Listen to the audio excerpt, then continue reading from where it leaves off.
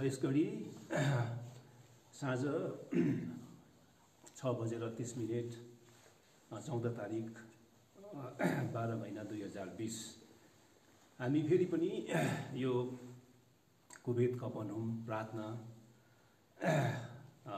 संगतिको अन्तर्गत हामी यहाँनिर यो जिउँदो पानी रचना पठन सहभागिताको लागि उहाँहरूको सिधा प्रसारण पृष्ठबाट हामी नयाँ यरुशलेमका प्रभुका दुर्वचनहरू यस घडी चाहिँ तेस्रो चोटि हामी यहाँनिर जिउँदो पानी रचना पठन गर्नका लागि चाहिँ हामी आइपुगेका छौँ र यस घडी हामीसँग जति पनि जोडिनुभएका सम्पूर्ण प्रभुका जनहरूलाई यस घडी हार्दिक जय मसीह गर्दै यहाँहरूलाई ख्रीष्ट अभिवादन टक्राउँदछौँ।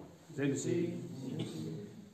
र अहिले आज हाम्रो पालोमा चाहिँ यो जिउँदो पानी रचना यो चाहिँ यसपालि हाम्रो स्वर्गीय दानियल राईको एकदम विशेष अङ्क रहेको छ।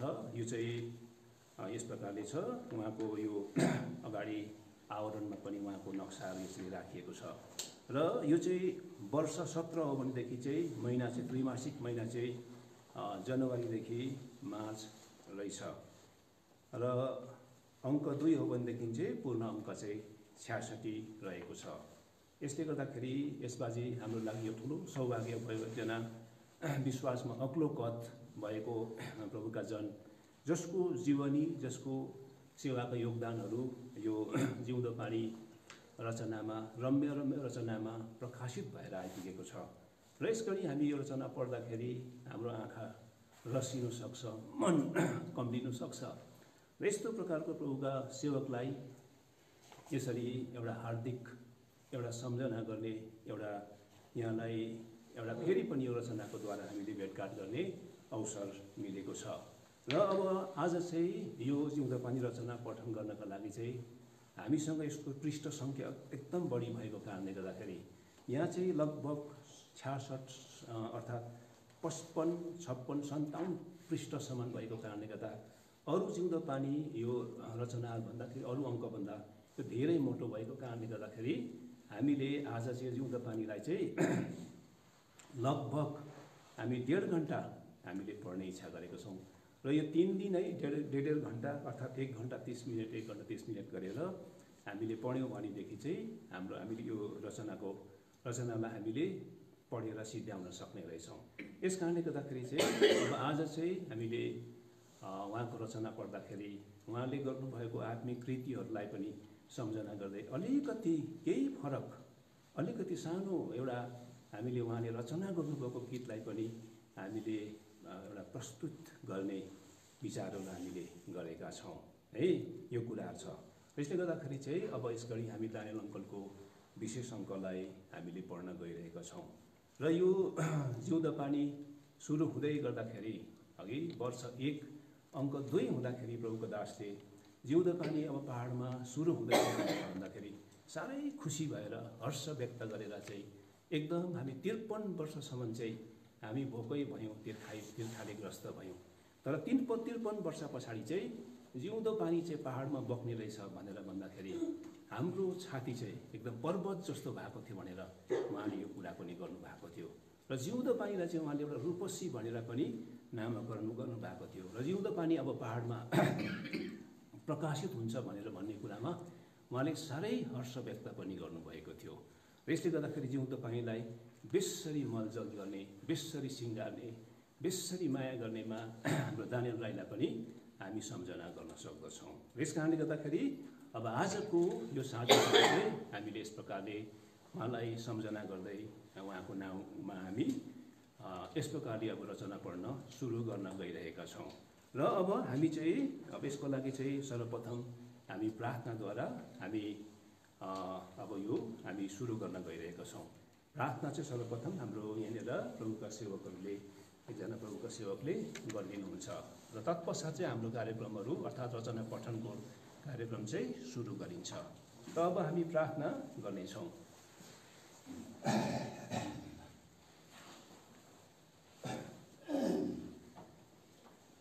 हाम्रो अनुकारी सत्य धनी परमेश्वर कहिलेको नपतिले सदा सदैवसम्म जो हुने हुनुहुन्छ, सत्य हुनुहुन्छ। तपाईँको पवित्र चरणमा यसरी प्रभु यीशु ख्रीष्टको नाममा आउँछौँ र प्रभुलाई धन्यवाद दिन्छौँ आजको दिनको लागि। यसरी पिता परमेश्वर दान दाजुको पिता जीवनीमा लेखिएको उहाँले गर्नुभएको सेवाको सम्बन्धमा लेखिएको यो जिउँदो पानी 600 अङ्कलाई यहाँ पढिने मौका पाएको छ। धन्यवाद चाहन्छौँ यसरी नयाँ श्रम मण्डलीलाई पनि यसरी मौका मिल्यो। दाजु जो स्वर्गीय हुनुहुन्छ उहाँले जस्तो सेवा गरी त्यसको छाप छोडे। उहाँ प्रेमी हुनुहुन्थ्यो। उहाँ दुश्मनलाई शत्रुलाई जित्ने प्रेम गर्नुहुन्थ्यो। अनि उहाँले यसरी दुःख गरेर सबै भाइ बहिनीलाई एकदम अघि बढाउने खालको उहाँले प्रेरणाको जीवन जिउनुभयो। यस सम्बन्धमा कतिजनाले उहाँलाई चिने, नजिकमा चिने, जाने उहाँले लेखेर यो रचना लेखेका छन् उहाँको विषयमा। र अब यो चाहिँ हामीले पढ्न मौका पाएका छौँ। धन्यवाद चाहन्छौँ हाम्रा भाइ बहिनीहरूलाई धन्यवाद चाहन्छौँ। उहाँको जीवनीको विषयमा पढ्ने मौका हामीले पाउनुभएको छ र हामीले पनि यसरी यो मौका पाएका छौँ। हामी तपाईँलाई धन्यवाद चाहन्छौँ। र अब विशेष रूपले तपाईँको छोराछोरीहरू हाम्रो भाइ बहिनीहरू जसले यो पाठन काम गर्दछन् भइदेऊ उहाँलाई एकदम आत्माले शरीरले सहायता गर, जसमा आज तपाईँलाई यो पढेको द्वारा महिमा पुग्योस्। अनि प्रत्येक सुन्नेहरूले पनि जीवनमा एउटा प्रेरणा पाउन् कि दानदास जस्तो जिउने, उहाँको सेवा गर्ने एउटा व्यक्ति जस्तो हामी बन्न जाउँ भन्ने कुरालाई प्रेरणा पाउन सकौँ भनेर प्रार्थना छ। सबै आफ्नो दास जसले यो सञ्चालन गरिरहेको छ यसमा पनि तपाईँको उहाँको साथ रहिदेऊ। र सबै भाइ बहिनीको प्राण चाहिँ तपाईँको हातमा दिइहाल्छौँ। सेवालाई पनि तपाईँको हातमा दिइहाल्दै अनि सक्सेस तपाईँको उपस्थिति चाहना गर्दै मुक्ति सुका सर्वोच्च नाममा हामीले चाहन्छौँ। त्यसको निकन गर्दाको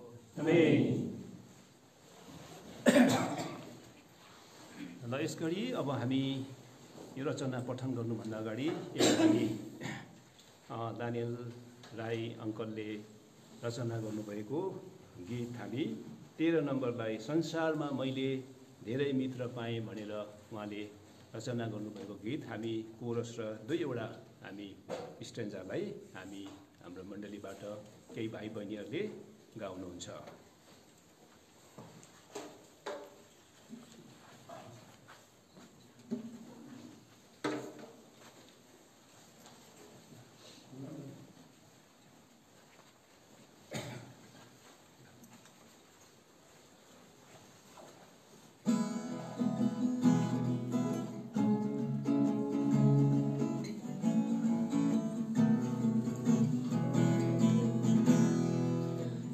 Sorry.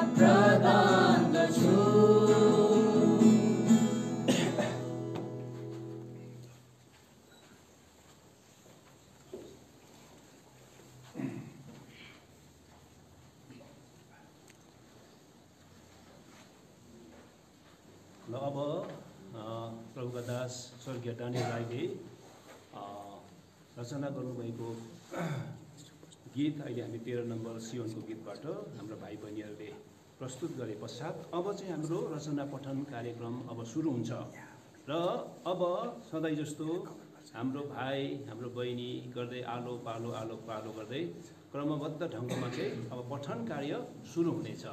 यस गरी हामीसँग जो कोही जोडिनु भएको छ हामी तपाईहरूलाई हामीसँग यसरी यो एकदम यो लाइभ पृष्ठबाट हामी तपाईहरूलाई स्वागत जनाउँछौँ।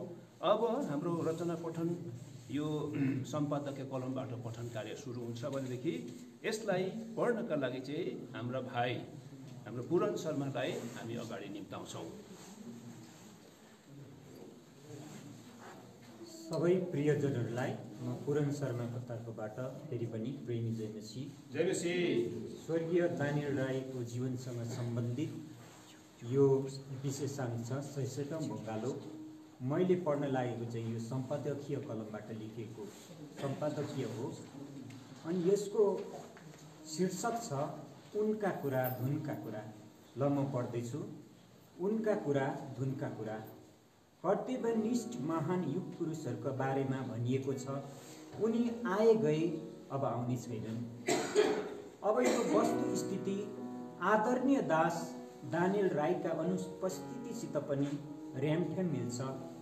यस्तो हुनामीले कार्यप्रणाली र क्रम छुट्छ र महाबितनै पर्छ भनेको होइन, तर प्रतिभा सम्पन्न व्यक्तित्वले गरिल्याएका कार्यभारहरूले बोकेका अनुकरणीय कामहरूका विशेषताहरू भने अरूसित मिल्दैनन्। तिनको मूल्य र महत्त्व जोख्न अत्यन्तै गाह्रो हुन्छ। त्यो सृजनात्मक अनि रचनात्मक कार्यशैली नमिल्नु भनेको एक प्रकारको हाहाकार र अगति नै हो, किनकि थोरै व्यक्ति मात्र स्वनिर्मित स्वअध्ययनशील प्रभावोत्पादक बन्न सकेका हुन्छन्। यस विषयमा सही सङ्गति परमेश्वरको असीम आशिष अवश्य हुन्छ नै, तर व्यक्ति स्वयंको उत्सर्ग र सङ्घर्ष पनि कम हुँदैनन्। सत्कार्य जिताहा मूर्त नहुना बनेर छर्लङ्गै पत्याङ्गै देखिने हुन्छन्। मोती बिना गहिराईको सुन्दरता र विशेषता रहँदैन। एक पछि अर्को गर्दै आफ्ना मोतीहरू हराएर अहिले घरि मण्डलीहरूले कस्तो महसुस गरिरहेका छन्, यो प्रश्नमाथि आत्मिक विमर्श हुनुपर्छ। चर्च फादरहरू मण्डलीका अग्रज आमा बाबुहरूलाई बिर्सँदै जाने मण्डली आत्मिक तौर तरिकाले अनुप्राणित हुँदैन।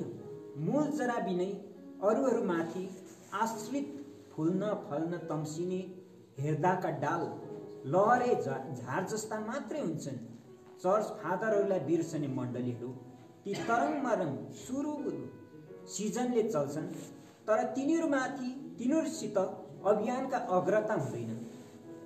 हाम्रो मण्डलीले हराइरहेका मोतीहरूको सन्दर्भलाई कनानी यात्राको क्रम मोसाको देववासनपछि यौसुको अगुवा अभिभारसित दाँजेर प्रार्थना गर्नुपर्छ।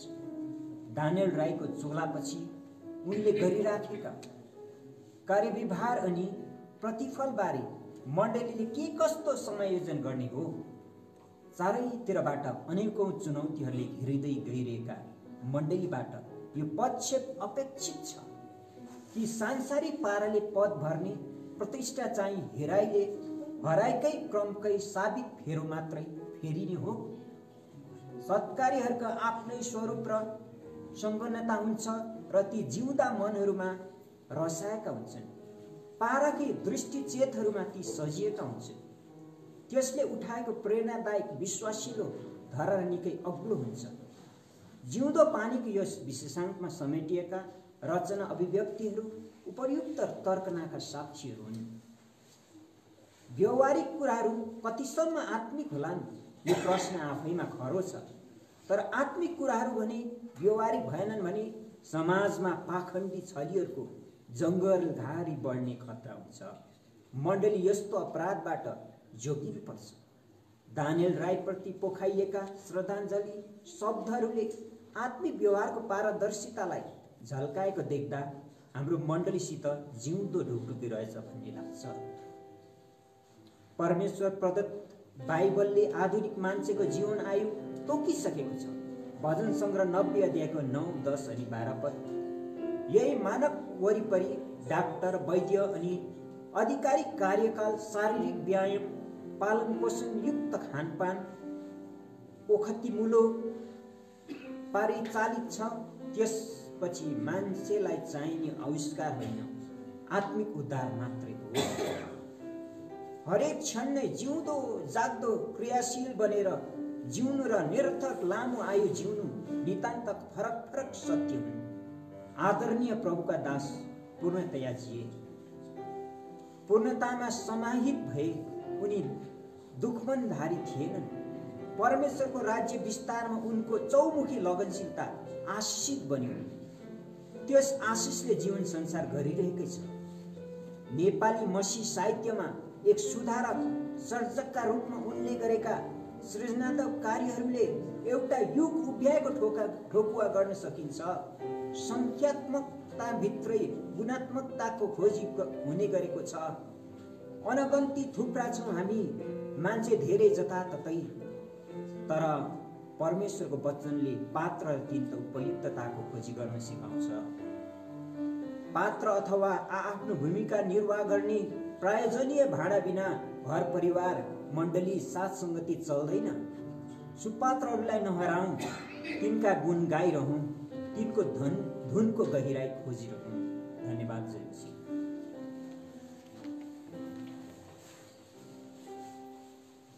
प्रभु यीशु मसीहको नाममा सबैलाई प्रेमी जय मसीह। म सुजना छेत्रीको आज तपाईँहरूको समक्षमा यो रचना पढ्न गइरहेको छु। यस रचनाको शीर्षक छ मृत्युसम्म विश्वासयोग्य दास दानियल राई। अनि रचनाकार हुनुहुन्छ बडी सुभद्रा श्रेष्ठ, बेरेका, गान्तोक। रचना यस प्रकार छ। 10 तारिक सोमबार अक्टोबर 2016 को मध्य बेरेकामा पवित्र महासभा तीव्र गतिमा सञ्चालन भइरहेको थियो। बिहानीको सेवकाईपछि दिउँसोको खानाका निम्ति सबै विश्वासीजन हलभित्र खचाखच भई बसिरहेका थिए। खाना बाँड्ने भाइहरू बडो हतार साथ खाना बाँडिरहेका थिए। म हलको बाहिरपट्टि नै उभिरहेकी थिएँ। यस्तैमा एउटी बहिनी छेउमा आएर भने, दानियल बडालाई प्रभुले उठाउनु भएछ। म स्तब्ध बने। त्यसपछि त बेरेकाको वातावरण नै खलबलियो। विश्वासीजनको मुटु भकानिएर आयो। प्रभुका दासप्रतिको माया र सम्मानले सबैको आँखा लछाप्रै भिजे। आँसुको आहल बग्यो। मामा दानियल राईसितको मेरो परिचय बाल्यकालदेखि नै हो। मेरो मावली घर र उहाँको जन्मस्थल कालिम्पोङ इन्चे बस्तीमा भएकोले साथै मेरी मुमाले उनलाई माइती मान्नु भएकोले मेरो मावली घरानासित मामाको गहिरो सम्बन्ध थियो। 2 सेप्टेम्बर 1939 मा जन्मेका मामा दानियल राई अर्थात् पहिले दुर्गा बहादुर राई एक झाँक्री बिजुवा गर्ने धर्मका कट्टर परिवारका सदस्य हुनुहुन्थ्यो। यसरी साधारण परिवारमा जन्मेका मामा दानियल राई हुर्कँदै बढ्दै 1960 को दशकतिरै उनले मेट्रिक पास गरी सिक्किमको डिक्चु भनिने गाउँमा स्कुलमा उनको नियुक्त भयो। पछिबाट उनी हेडमास्टर भई गान्तोकको तादोङ स्कुलमा आए।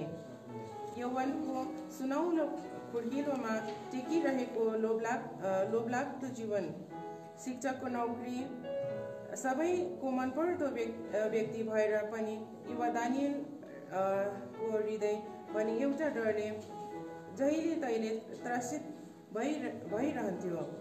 मरेपछि म कहाँ पुग्छु? स्कुलमा सबै शिक्षक शिक्षिकाहरू हाँसखेल ठट्टा गरिरहेको समयमा पनि बाहिरबाट हाँसो पनि भित्र डरले उनी आतंकित हुन गर्थे।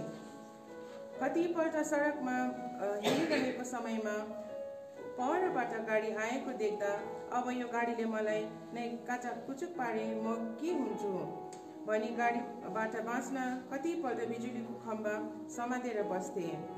मृत्युको डरले उनलाई यति साह्रो गाँजेको थियो। यस्तो समयमा 1962 सालमा 23 वर्षको उमेरमा एकपल्ट उनले सिक्किमको कुनै गिर्जाघरमा जाने र सङ्गति गर्ने मौका पाए। त्यसबेला गिर्जाघरको भित्तामा रक्तमय क्रुसको दृश्य देखे। यो दर्शनले उनको भित्री हृदयलाई प्रभावित पार्यो। पछिबाट उनी गान्तोकको सिएनआई चर्च जान थाले अनि त्यही बस्न पनि थाले।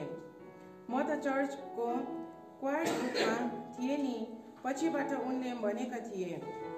यसरी क्रिस्चियनहरूसँग उनको सङ्गति हेलमेल सुरु भयो र पनि खास कुरादेखि उनी वञ्चित थिए।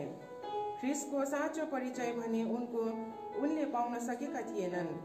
यस्तै समयमा एकपल्ट उनी साह्रो बिमारी परे।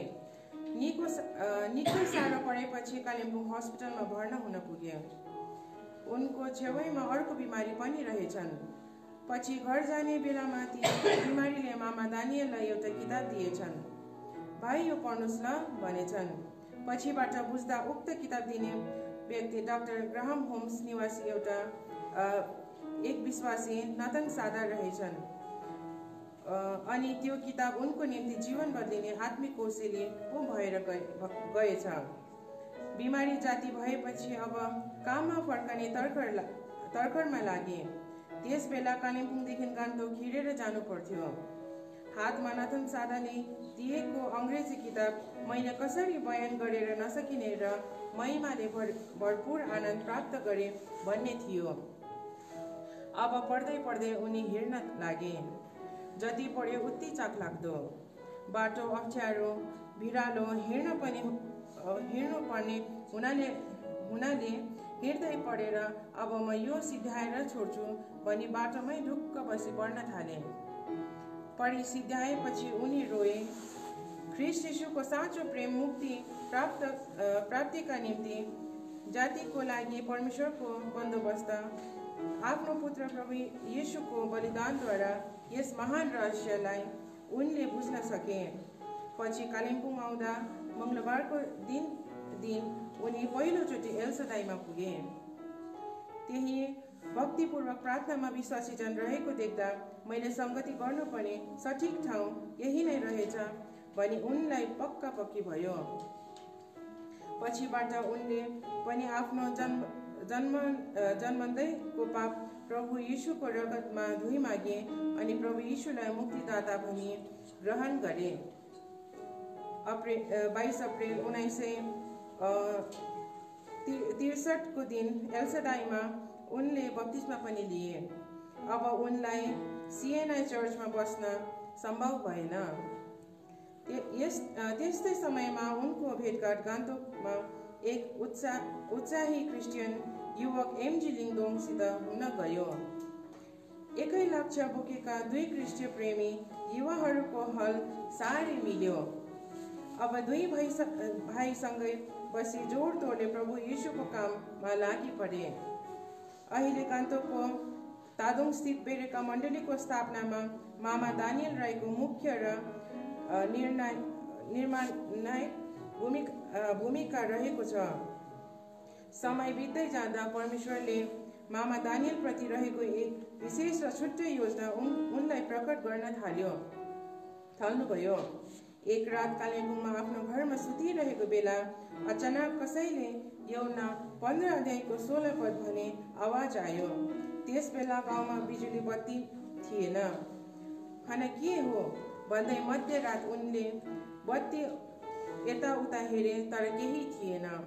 बाइबल खोलेर हेरे, लेखिएको रहेछ, तिमीहरूले मलाई चुनेनौ तर मैले तिमीहरूलाई चुने। यौना 15 अध्यायको 16 पद। यो पददेखि उनी रोए। प्रभुले मामालाई आफ्नो कामका निम्ति बोलाउन थाल्नु भएको थियो। प्रभुको सेवामा पूर्ण समर्पित भई सेवाकाई गर्न खेलाइची थिएन।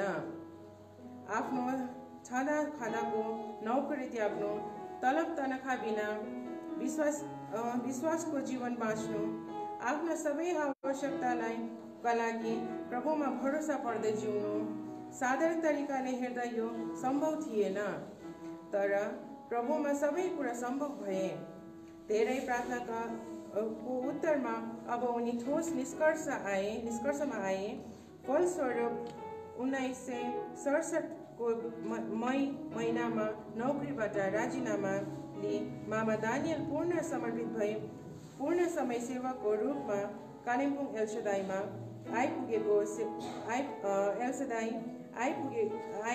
प्रभुको सेवकाईमा लागि परे। रहँदा बस्दा उनको पवित्र बिहे सोनाम अङ्मु कुडोङसित 26 डिसेम्बर 1975 मा सम्पन्न भयो, जसबाट उनले उरियल जोन राई र अमियल ज्याकिन राई 2 पुत्र प्राप्त भयो। मामा दानियल राईको जीवनकालको आत्मिक सेवकाईबारे बयान गर्नु नै हो भने त्यो अति बृहत छ, अमूल्य छ। खोला, नाला, पहाड, समतल, देश विदेश उनले गरेका सेवकाईले ढाकेर लगेको छ। भौगोलिक सात सिमानाले बारेर यो मेरो सेवकाईको क्षेत्र पर्छ। यसमा अरूले मिचेर सेवकाई गर्न पाउँदैन भनेर अथवा सीमाबद्ध पारेर उनको सेवकाई गरेनन्। एटलान्टिक महासागर, हिन्द महासागर र प्रशान्त महासागरलाई नागेर विश्वव्यापी मण्डलीमा उनको सेवकाई र योगदानले सुप्रभाव पारेको छ। भारतमा भन्नु हो भने पूर्वोत्तर क्षेत्र, आसाम, मेघालय, नागाल्यान्ड, सिक्किम र पश्चिम बङ्गालमा पनि उनको अघोर परिश्रम छ। छिमेकी देश नेपालको राजधानी काठमाडौँदेखि लिएर पैदलै जान पर्ने दुर्गमभन्दा दुर्गम क्षेत्रमा पनि उनले दुःख उठाएका छन्। भुटानमा पनि सानो होस् ठुलो होस् मण्डलीमा उनको मेहनत छ। सिक्किम त झनै आत्मिक जन्मथलो। त्यसमाथि पनि सुरुका दिनमा यही आत्मिक जीवनमा हुर्की बढी गरेकोले मण्डलीमा उनको आत्मिक परिश्रमको लगानी छ। त्यो बाहेक विदेशमा England, Hong Kong, Japan, Macau, France, Singapore, दक्षिण कोरिया आदि देशहरूमा उनको जुन लगनशीलता, जोश र इमानका साथ सेवाकाई गर्नुभएको छ त्यो त्यहाँका मण्डलीहरू साक्षी दिन्छन्। तर यी सबै सेवाकाईको साथ मसीही साहित्यिक लेखनको क्षेत्रमा उनको जुन योगदान दिएको छन् त्यो नेपाली विश्वासीलाई सर्वोत्तम उपहार स्वरूप छ। अहिलेका पिँढीलाई मात्र होइन तर भावी पिँढीलाई त्यो आशिष रहिरहनेछ। उनले लेखिरहेका पुस्तकहरू बोल्छन् पुस्तालाई। सबैभन्दा ठुलो कार्य त उनले डेभिड क्लाउड र थोमस कफम्यानसित मिलेर मौलिक ग्रिक बाइबलको मूल प्रतिबाट TBS बाइबल नेपालीमा अनुवाद गरे। यसका निम्ति उनले जीवनका बलिदान गरे। अर्को उनले अनुवाद गरेका अरू पुस्तकहरूमा बाइजे भक्त सिंहले लेखेका बेथानी, दाउदले सब थोक फिर्ता पाए, परमेश्वरको बानी र भाइजीकै जीवन साक्षीको किताब मैले कसरी वर्णन गरेर नसकिने र महिमाले भरपूर आनन्द प्राप्त गरे रहेका छन्। यी पुस्तकहरू अत्यन्तै सुन्दर र रोचक ढङ्गमा अनुवाद गरेका छन्। त्यति मात्र नभए उनी एक दक्ष र लगनशील अथक लेखक थिए। मृत्यु सयसम्म छँदा पनि उनी भन्थे अझै कतिवटा किताबहरू लेख्न धोको छ। उनले आफैले लेखेका किताबहरूमा चिन्ह, चमत्कार र वास्तविकता, हिमालय अचल सत्य र अपार, अनुपम प्रतिभा, पर्दाभित्रको प्रतिभा, कहिले, किन, कसरी, मानिसको प्रश्न, परमेश्वरको जवाब, यी किताबहरू आज पनि हाम्रो हृदयलाई तरोताजा पार्छ। सत्यता के छ छर्लङ्ग देखाउँछ। उनी लेखक मात्र नभए आत्मिक गीतकार पनि थिए। उनले कथका थुप्रै गीतहरू छन्। तीमध्ये संसारमा मैले धेरै मित्र पाएँ, दुःखले बार बार दबिन्छौँ यहाँ, पहिलेका सबै गीतहरू भजनहरूको सम्पादन उनले गर्थे।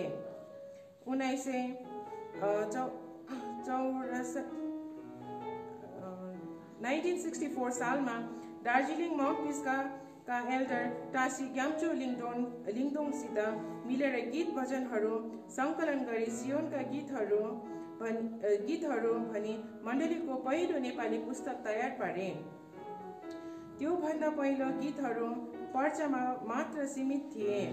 2000 सालभन्दा पहिले मण्डलीमा कुनै मसीह पत्रिका थिएन। मसीह साहित्यमा चासो राख्ने विश्वासीहरूको हृदयमा यो कुरा खटिरहेको थियो। त्यो वर्ष बेरेका गान्तोकमा 7 जना भाइ बहिनीले मिली पत्रिका निकाल्ने जमर्को कसे। कहिले कहीँ निकाल्ने सामुदायिक पत्रिकाको सानो सपना लिएर जब मामा दानियल आए, परमेश्वरको वचनले सबैलाई हौसला दिए, सरसल्लाह दिए। सानो धिप गर्दै गरेको बत्तीमा उत्साह र जोसको तेल थप्दै भने, किन सामुदायिक पत्रिका भनेको त लगातार निस्कन पर्छ। फैसला भयो त्रैमासिक पत्रिका निकाल्ने। एमजी अङ्कलले नामकरण गरे जिउँदो पानी। 7 जनाले आफूलाई समर्पण गर्दै जिउँदो पानीलाई जिउँदो राख्ने प्रण गरे।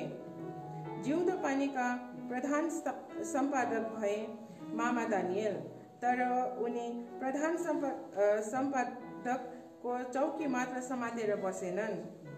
बेला बेलामा आई जिउँदो पानीका निदाउँदै गरेका कार्यकर्ताहरूलाई झकझकाउँथे, पानी छर्कन्थे। यस पत्रिकाको प्रचार प्रसार जहीँ तहीँ गएर गर्थे। आज 16 वर्ष पुरा गरी 17 वर्षमा टेक्दैछ यो पत्रिकाले।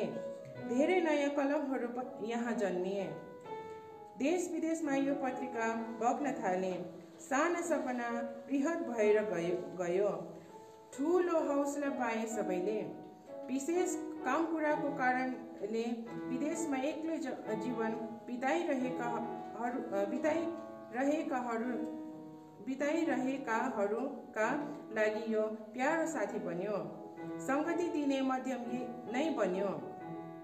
आज जिउँदो पानीका प्रत्येक पानाहरूमा मामा दानियलको परिश्रम, माया र प्रेरणा लुकेको छ।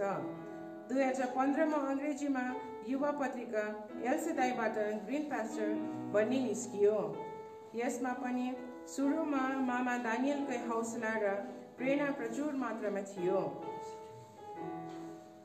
उनका कतिवटा लेखहरू यहाँ पाउँछौँ। यस पत्रिकाद्वारा पनि धेरै युवाहरू आशिषित भएका छन्। जिउँदो पानी, ग्रीन पास्चर, नेपालबाट निस्किने प्रेमी साथी हाम्रा धनहरू हुन्। मामा दानियल एक आत्मिक वीर योद्धा थिए। आफ्नो मण्डली निर्माणमा परमेश्वरले उनलाई प्रशस्त मात्रामा प्रयोगमा ल्याउनुभयो। मण्डलीमा उनी एक आत्मिक बाबु समान थिए। अरूको दुःखमा दुःखी बन्थे, अरूको सुखमा सुखी हुन्थे। पोहोर साल 2015 को 25 अप्रेल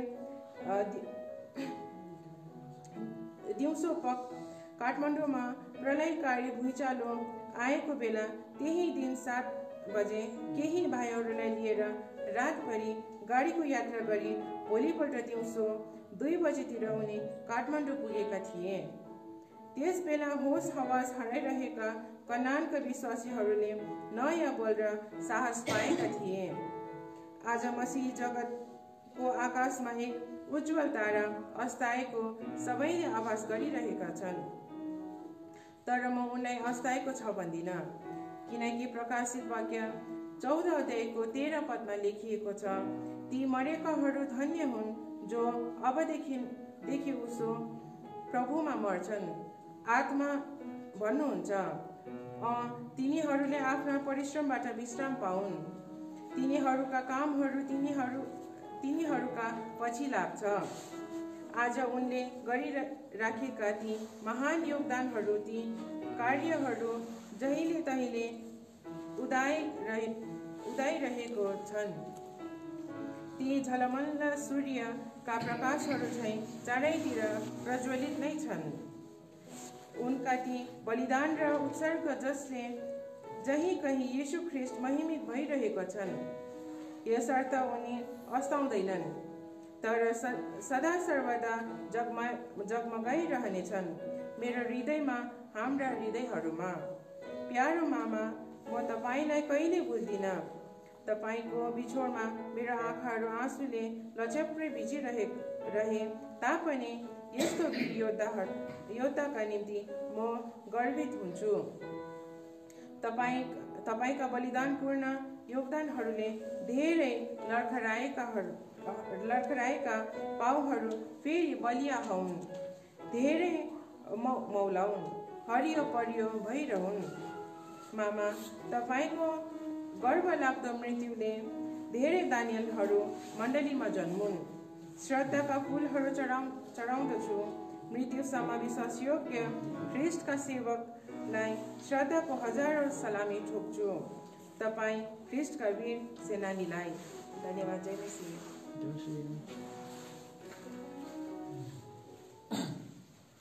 मुनिर मोसुबाको तर्फबाट सबैलाई प्रेमी जय मसीह कि।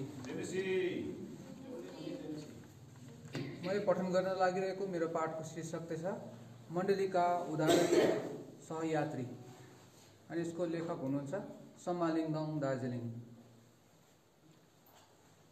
भजन सङ्ग्रह 145:7 पदमा तिनीहरूले तपाईँको ठुलो भलाइको सम्झनाको बयान पेशरी गर्नेछन् र हर्षले तपाईँको धार्मिकताको गीत गाउनेछन्। अब पाठ यसरी सुरु हुन्छ। भाइ, म त है तो भएँ, किन पनि लेलाक्लु नहोस् त, कारण समयलाई खेर जान नदिने र काम थालेपछि नसिक्दैसम्म अथक परिश्रम गर्ने व्यक्ति हुनुहुन्थ्यो सद्य दाजु डानियल राई। यस कलमकारले 1974 सँगै प्रभुको सेवामा माउन्ट मोरिया मम्पूमा बस्न पुगेपछि चाल पाएँ। म यति स्वास्थ्य हुनुहुन्न थियो। समयमा खोक्दा चाल पाएँ उहाँलाई क्षयरोग लागेको रहेछ। एक बिहानको कुरो उहाँले भन्नुभयो, भाइ, अब उसो म दबाई सेवन गर्ने छैन, म प्रभुमा भरोसा गर्छु। ससाना सिसीमा खाने दबाईहरू हाली त्यसलाई प्लास्टिकले बन्द गर्नुभयो। अचम्म, उहाँको अमूल्य विश्वासद्वारा जीवित परमेश्वर जसले पाप क्षमा गर्नुहुन्छ अनि रोग पनि जाति पार्नुहुन्छ, प्रभुले उहाँलाई आज भोलि भन्दै जाति पार्नु। त्यो रोग फेरि बल्चेको चाल पाइएन।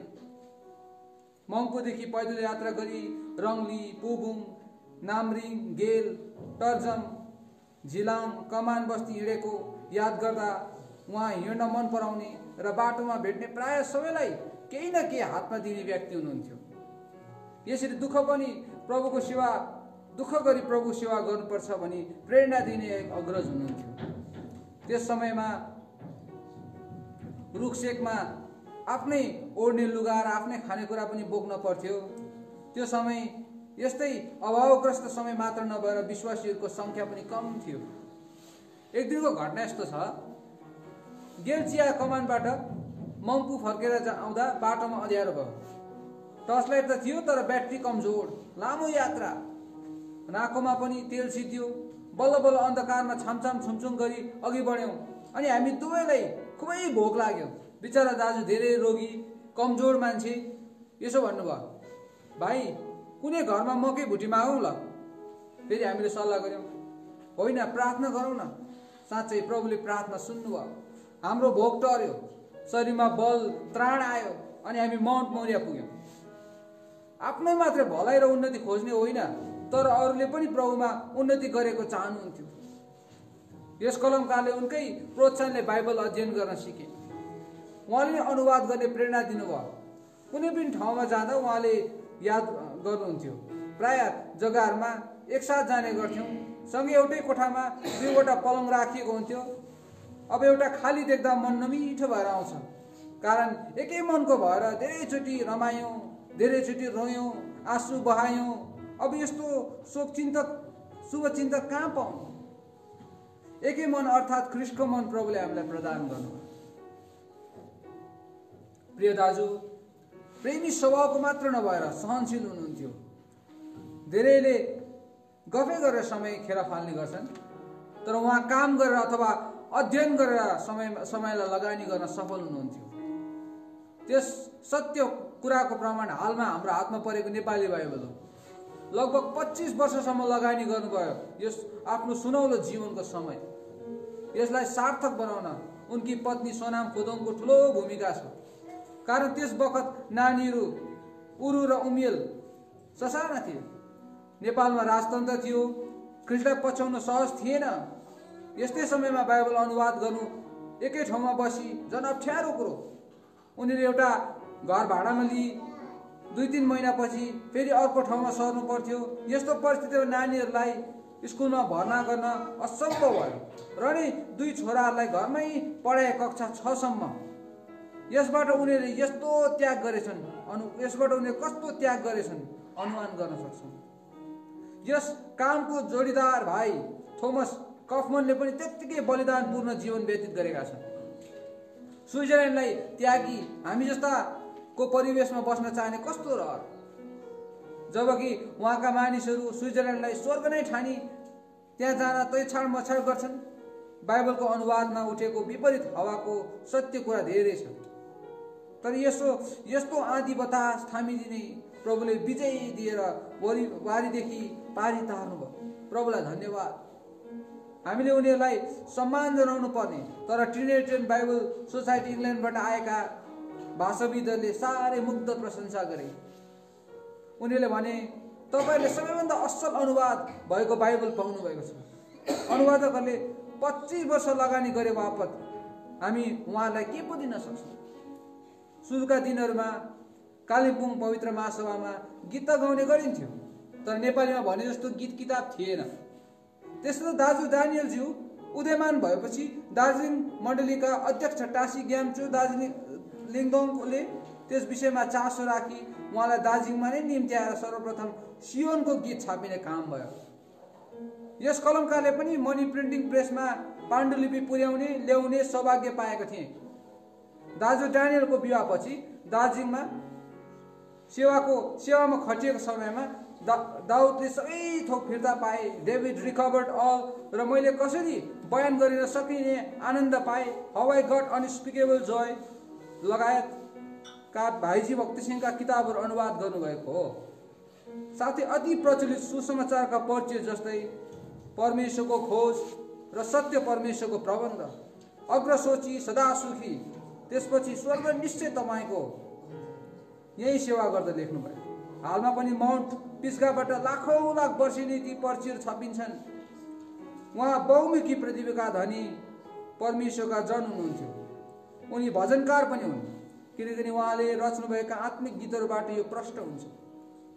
केही गीतहरूका नामहरू: संसारमा मैले धेरै मित्र पाएँ, चाखेर हेरे मैले यहोवा असल रहेछन्, कृतज्ञ भई शिर झुकाई जीवन चढाउन आएको छु, हेर न रक्तामे कलवरीमा इत्यादि। उहाँ सत्य कुरोलाई प्रचार गर्न अति नै लालयित हुनुहुन्थ्यो। काल्पनिक भगवान र ईश्वर कहलाएकाहरूको भाण्डाफोर गरी लेख्नुभएको पुस्तक हिमाल चाहिँ सत्य अपार अनि अनुपम प्रतिभाको अनेकौं संस्मरण छापिने क्रम जारी नै छ। पवित्र आत्माले झुटा शिक्षा सम्बन्धमा विस्तृत खोज गरी लेखिएको किताब चिन्ह चमत्कार र वास्तविकता हुन्। त्यो सबैले पढ्नु अनिवार्य छ। धर्मीजनको परिश्रम व्यर्थमा जाँदैन। धर्मीजनको परिश्रमले जीवन ल्याउँछ। हितोपदेश 10:16। दार्जिलिङमा हुँदा सद्य एडल्डियस राईज्यूको छोरो डेभिड टिबी अस्पतालमा उपचाराधीन हुनु रहेको तीन समय उहाँ तिनलाई भेट गर्न जाँदा एकजना नेपालका गङ्गाबहादुर छेत्रीज्यूसँग पनि क्षयरोगले ग्रस्त अवस्थामा भेट हुन गयो। उनले सुसमाचार सुनि प्रभुलाई पाए। उपचार सिद्धिएपछि आफ्नै ठाउँमा फर्किगए। उनी चुप बस्न सकेनन्। तथापि नेपालमा 1976 सालतिर प्रभु येशूको चेला बन्न फलामको चिउरा चबाउनु जस्तै कठिन थियो। खलामा उनले लुकी छिपी एकजना बिरु खवासलाई ग्रहण गराए। फलस्वरूप उनीहरूको परिश्रम र त्यागले हालमा त्यहाँ एउटा मण्डली खडा भयो। त्यो हो गेसोन प्रार्थना भवन झापा। दाजु डानियलले आफ्नै देश मात्रै नभएर अनेकौं देशमा परिभ्रमण गरी मण्डलीको उन्नति र स्थिरताको काममा आफ्नो जीवनलाई लगानी गर्नुभयो। Hong Kong, Macau, Korea, Japan, Singapore, Malaysia, Brunei, Bahrain, Muscat, Australia, England लगायतका अन्य स्थान, ती ठाउँहरूमा धेरै आशिष पाए, आत्माहरू बाँचे, मण्डलीमा एकता बढ्यो। प्रभुलाई धन्यवाद होस् यस्तो व्यक्ति एलसदाई मण्डलीलाई प्रदान गर्नुभएका निम्ति। उनी जीवित नै हुँदै अझै धेरै जानकारी लिनुपर्ने थियो, तर अझै धेरै जिउनेछन् भनी सोचे र आज दुखित र लज्जित छु, कारण सपना अधुरो नै रह्यो। दाजुले सिलगढी छेउ सुकुनाको मण्डलीमा अथक परिश्रम गर्नुभयो।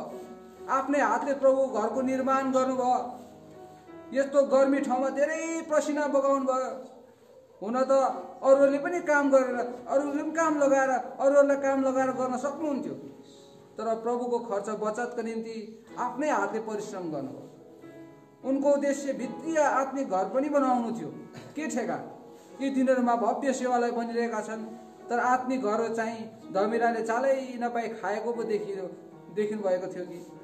साथै मोहन पिस्का दार्जिलिङको सिस्टर मण्डली फिलाडेल्फिया प्रार्थना भवन पर्बुङमा आएर मेचको सेवा स्थापना पनि गर्नुभएको थियो। हङकङ छेउ मकाउ टापुमा पनि सानो बहिनी मण्डली छ, तरै पनि परमेश्वरको काम कसले रोक्न सक्ने? त्यहाँ पनि मण्डली स्थापना भएको छ। दाजु एनबी साई लगायत जेबी राई, सम्मा थापा तथा अन्यको परिश्रम र परिभ्रमणले त्यस सालमा त्यहाँ पुगेर प्रभुको मेच स्थापना गर्नु, यो उनको आत्मिक यात्राको अन्तिम माइल खुट्टी नै ठान्नुपर्छ। उहाँले परिश्रमबाट विश्राम लिनुभयो। उहाँको उदाहरणीय कामले उनका भावी सन्तानलाई पछ्याउनेछ। प्रभुलाई नै बढायोस्। अन्तमा जे कुरा सत्य छन्, जे कुरा आदरयोग्य छन्, जे कुरा न्यायसङ्गत छन्, जे कुरा चोखा छन्, जे कुरा मनोहर छन्, जे कुरा तारिफ गर्न लायकका छन्, यदि कुनै सद्गुण छ भने, यदि प्रशंसा छ भने त्यसलाई ध्यान दिन सबैलाई उत्साह दिने हुनुहुन्थ्यो।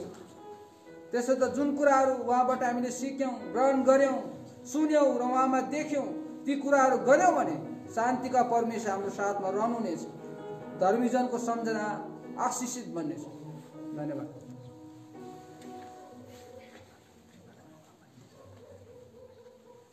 तपाईहरू सबैलाई म हसिना छेत्रीबाट प्रेमी जेमेसी। तपाईहरूको अगाडि म एउटा रचना लिएर उभिएको छु। मेरो रचनाको शीर्षक छ म तयार छु र यसलाई लेख्नु भएको छ भाइ पदम एभेनेजर तरहरा नेपाल, हाल माउन्ट हर्मन हङकङबाट। तिमी मर्छौ भनेर खबर आउनु मेरो लागि अत्यन्तै खुसी र असल खबर हो। एउटा कुरा बुझ्न सकिएको छुइनँ, नवजात शिशु रुँदै जन्मन्छ अनि उनको आफन्तहरू खुसी हुन्छन्, रमाउँछन्। त्यस शिशुको जन्मबारे खबर जताततै टाढा नजिक रहेका आफन्तहरू कहाँ पुर्याउँछन्, तर ती नवजात शिशु रोइरहेका हुन्छन्। स्वास्थ्य जाँच हुन्छ, सबै ठिक भेटाइन्छ, तर पनि शिशु रोइ नै रहेको हुन्छ। अनि भोक लाग्यो कि भनी शिशुलाई खुवाउने काम हुन्छ। शिशुको मुख बन्द गरिन्छ, तर शिशु किन रोएको हो भनी कसैले थाहा यही कारण नभनी निश्चित गरी बताउन सकेको छैन। प्रसूत डाक्टर अनि अन्य मान्छे कुरा मात्र भन्छन्, यही हो कि भन्ने प्रश्नमा कुरा टुङ्गाइन्छ, किनकि यी कुरा निश्चित रूपमा थाहा पाउन शिशुसित नै बुझ्नुपर्ने हुन्छ, जुन कुरा असम्भव विषय हो। शिशुहरूलाई आफन्त चिन्नु पनि केही वर्ष लाग्छ। यो कुरा पनि शिशुहरूको चेतना भरे पनि भर पर्ने कुरा हो। यसकारण जन्म र मृत्युको रहस्य परमेश्वरले नै बताउन सक्नुहुन्छ, तर यी शिशुको मृत्यु आउँदा हामी रुन्छौँ। मृत्युको खबर आउँदा झन् सोचिन अवस्थामा पर्छौँ अनि मानसिकताले काम गर्न छोड्छ। यो मानव जातिको प्राकृतिक मोहमायाको अवस्था हो अनि मर्न डर मानिरहेका हुन्छौँ। डर पाप हो, यसले नरक पुर्याउँछ अनि हामी पाप क्षमा भएकाहरूले किन डराउनु? मृत्यु आउँदा किन रुने? आयुब 14:5। प्रभुका दासबाट डानियल राई पनि एक समय मर्न डराउने अजम्बरी जीवन खोजिरहने व्यक्ति थिए भने हामी सबैलाई थाहा भएकै कुरो हो। उहाँको लेखन पढ्ने कम नै छौँ होला। उहाँको लेखहरूमा उहाँले यति धेरै मेहनत गरी खोजिएका सत्य तथ्य प्रमाण गर्नुभएको छ कि परमेश्वर सर्वशक्तिमान, स्वर्गव्यापी अनि अन्तर्यामी हुनुहुन्छ। यस प्रकारको निश्चयता उहाँले लेखी प्रमाण गरी स्मृति राख्नु भएन, तर आफैले आफ्नो जीवनमा निश्चित प्रमाण गर्नुभयो अनि भन्नुहुन्छ, तिमी मर्छौ भन्ने खबर आउनु मेरो निम्ति अत्यन्तै खुसी र असल खबर हो। यस्तो खबर हामी कहाँ आयो भने के तपाईँ हामी पनि यसो भन्न सकौँला? तर प्रभुको दास डानियल राईले यस्तो शिक्षा दिन सक्दा हामी सबै दङ्ग परेर हेरेका भयौँ। उहाँले जीवनमा कुनै काम बाँकी राख्नु भएन। जुन काम परमेश्वरले उहाँलाई जिम्मा दिनुभएको थियो, केही काम बाँकी रहेको देखिन्थ्यो, तर यो हाम्रो लागि मात्र हो। परमेश्वरको सम्पूर्ण कामहरू पूरा भइसकेका थिए अनि बडा डानियल राईले पूरा गरिसक्नु भएको थियो। परमेश्वरलाई तथा हाम्रा मुक्तिदाता प्रभु येशूलाई भेट्न समय तोकिएको थियो। 10 अक्टोबर 2013 सोमबारको दिन प्रत्येक आफ्ना जनहरू आफू कहाँ लाने परमेश्वरको विभिन्न तरिका हुने रहेछ। जबदेखि उहाँले कम्मरमा दुख्न थाल्यो अनि कम्मर बाँध्न सुरु गर्नुभयो, तबदेखि परमेश्वरले बडा दानियलसित भेट्ने समय छुट्याउँदै लानु भएको रहेछ। वास्तवमा कम्मरमा केही भएको थिएन, केवल विविकरण चिकित्साको दुखाइ, रेडिएसन पेन मात्र भएको रहेछ। उहाँ हङकङमा 4 जुन 2016 को दिन सेवाका निम्ति आउनुभएको बेला पेट दुखेको उपचारको निम्ति अस्पताल लगियो अनि अस्पताल क्याटरिस मेडिकल सेन्टर उपचारको निम्ति रहनु पर्यो। 10 जुनदेखि अल्ट्रासाउन्ड गरियो। पेटमा पानी जमिएको देखा पर्यो। पित्तमा 2 मिलिमिटरको पत्थर थियो अनि सिटी स्क्यान गर्ने काम भयो अनि मात्र निश्चय गरियो रोग पत्ता लाग्यो। 4 दिन बितिसकेको थियो। सिटी स्क्यान भएको पहिलो दिन 11 जुन दिनै प्रथम चरणको चिकित्सा रिपोर्टमा क्रममा डाक्टरले मलाई बताउनुभयो, उहाँको कलेजो र फोक्सोमा बहुशक्य ट्युमर फैलिएको थियो। यो प्राणघातक हो। उनको समय कम छ। डाक्टरले यसो भन्दा म एक क्षण झस्किए, स्तब्ध भए। अब के हुन्छ होला? उपचारको निम्ति के गर्नुपर्छ? नरोकी थुप्रै प्रश्नहरू डाक्टर कहाँ थुपारिदिए। डाक्टरले भन्नुभयो, यदि चाहनुभयो भने केमोथेरापी छ, तर हामी केही भन्नु सक्दैनौँ किनकि उनको उमेर पनि ढलिसकेको छ। यसरी 13 जुनको दिन पूर्व रिपोर्ट आयो अनि तेस्रो दिन नै सबै अवस्था निदो भयो। अब हामीले बिमारीलाई अनि उहाँका आफन्तहरूलाई बताउनुपर्छ भनेर डाक्टरले सल्लाह दिनुभयो। उहाँको छोरो भारतमा छन्, हामीले झिकाउनु पर्छ भनेकोले परमेश्वरको दयामा 16 जुनको दिन भाइ युरेल हङकङ आइपुग्ने चाँजो सबै मिल्यो। चौथो दिनमा डाक्टर आउनुभयो अनि हामी 2 जना बडा कहाँ गयौँ। 3 जना दिदी बहिनीहरू बडालाई पर्खिरहनु भएको थियो। आयुब 7:1। डाक्टरलाई देखेर बडाले मिठो मुस्कानमा भन्नुभयो, हेलो डाक्टर। डाक्टर भन्नुहुन्छ, म तपाईँलाई सिटी स्क्यानको रिपोर्ट बारे बताउनु पर्यो। बडा भन्नुभयो, ज्यू डाक्टर। डाक्टर फेरि भन्नुहुन्छ, तपाईँलाई प्राणघातक रोग लागेको छ, के गर्नु? हामी पनि विवश छौँ। हामी तपाईँलाई केही सहायता गर्न सक्दैनौँ। म दुखी छु, क्षमा गर्नुहोला। बडा भन्नुभयो, अहो, यो मेरो निम्ति असल खबर हो। म चाँडै नै स्वर्गीय पितालाई भेट्न जान्छु। यो असल खबरको निम्ति धन्यवाद। अब म छुट्टी लिउँ कि? अनि त्यहाँ रहेका सबैलाई भन्नुभयो, मेरो लागि अत्यन्तै खुसी र असल खबर हो। परमेश्वर कहाँ जाने असल खबर नभए के भन्नु? हामीले यतिको लागि उहाँलाई पाएका हौँ। यूहन्ना 3:13। उहाँ सदाका लागि प्रभुलाई भेट्न जानुभएको खबर पाएकोले 14 अक्टोबरको दिन उहाँको दह दफनको सेवामा कसरी उहाँले यस संसारलाई विदाई स्वर्ग जानु भन्ने कुरा बुझ्न मलाई परमेश्वरले कालिम्पोङ आइपुग्ने अनुग्रह गर्नुभयो। रेमन दाजुलाई भन्दै हुनुहुन्थ्यो, मैले काकालाई सोधे, काका के तपाईँ परमेश्वर कहाँ जानु तयार हुनुहुन्छ? अनि उहाँले भन्नुभयो, तयार छु। तत्काल आँखा चिम्लिनुभयो। परमेश्वर स्वार्थी हुनुहुन्छ। आफूले माया गरेको मानिसको पनि मन्जुरी चाहनुहुन्छ। अनि एक दिन भाइ युरेल र म गफ गरिरहेको बेला भाइले भन्दै हुनुहुन्थ्यो, दादा पापा स्वर्ग जान तयार हुनुहुन्थ्यो। उहाँ अनन्त राज्यमा जानुभयो। यसैया 57:1। धन्यवाद। जय मसीह।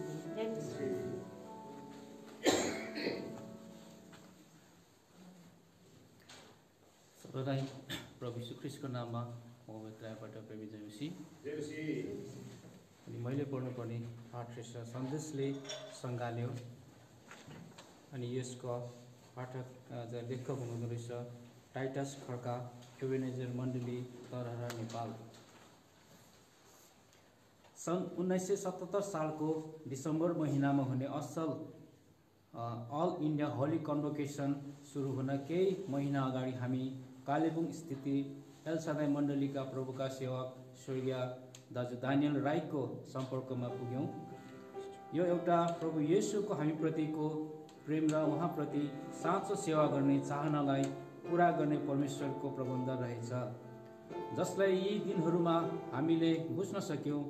उहाँसितको छोटो भेट, क्षणिक सेवा र थोरै समयको सन्देशबाट हामी धेरै प्रभावित भयौँ, जसले गर्दा मण्डली दर्शनको सेवा दाजु दानियलबाट तरहरा एभेनेजरबाट सुरु भएर आज काठमाडौँ हुँदै देश विदेशमा भनौँ जहाँ जहाँ नेपाली दाजुभाइहरू पुग्नुभयो त्यहाँसम्म पुग्न सक्यो।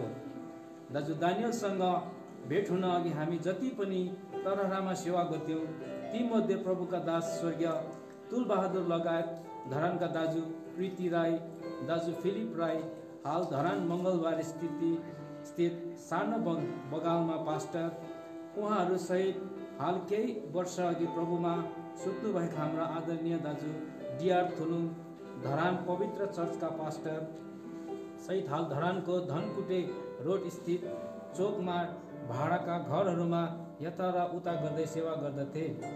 त्यस समय मण्डलीको दर्शन बेगरको एउटै थियो। सेवामा भेला हुँदा दाजुभाइ तथा दिदीबहिनी छ्यासपिस भएर बस्दथ्यो र पनि हामीलाई कुनै सहज हुँदैन थियो। हामीलाई बानी नै परिसकेको थियो।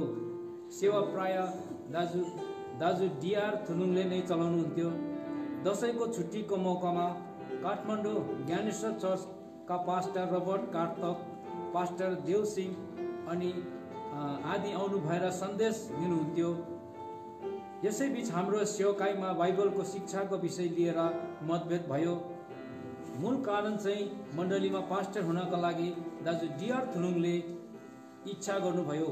प्रभुको वचन 1 तिमोथी 3:12 अनुसार दाजु डिआर थुलुङ मण्डलीका पास्टर हुन अयोग्य हुनुहुन्छ भन्दा यस विषयमा धेरै वाद विवाद भयो।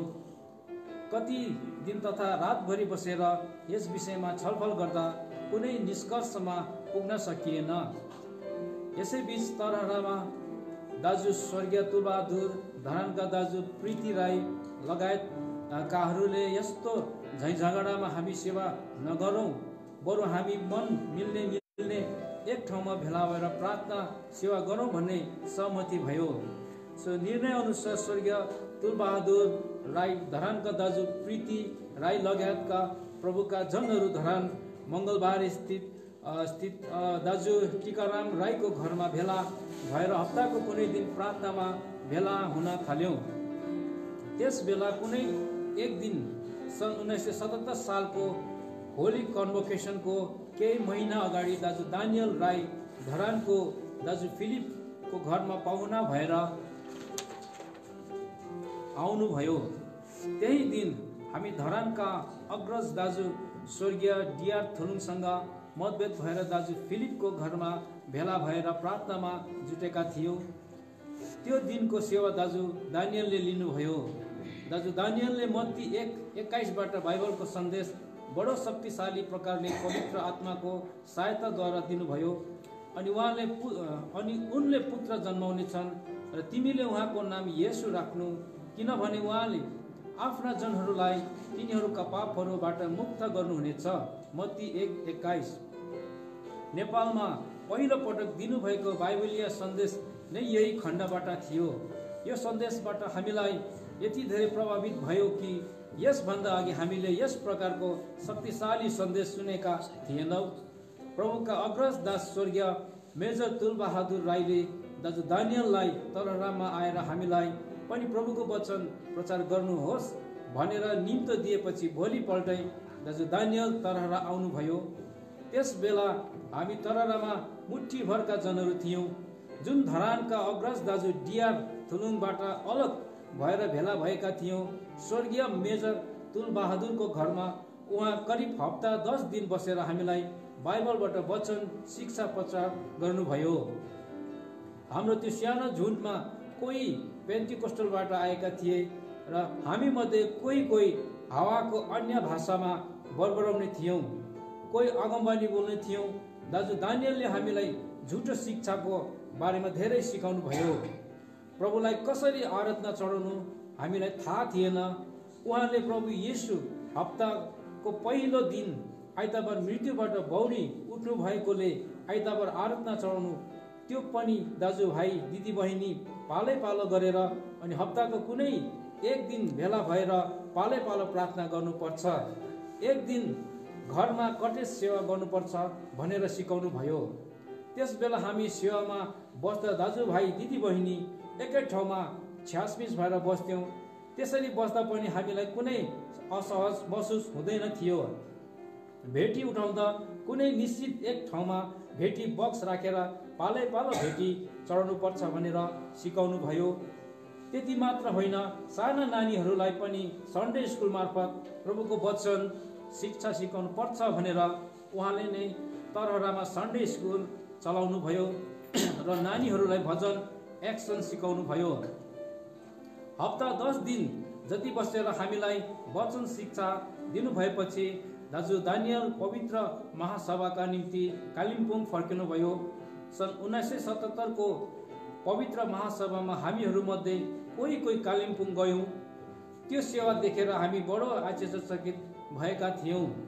आश्चर्यचकित हुनको कारणहरू यस्ता थिए। पहिलो, हामी धरानमा हुँदा दसैँको छुट्टीमा विशेष सेवा गर्दा पैसा उठाउँथ्यौँ। पैसा उठाउँदा पनि माइकबाट बार सूचना सुनाउँथ्यौँ।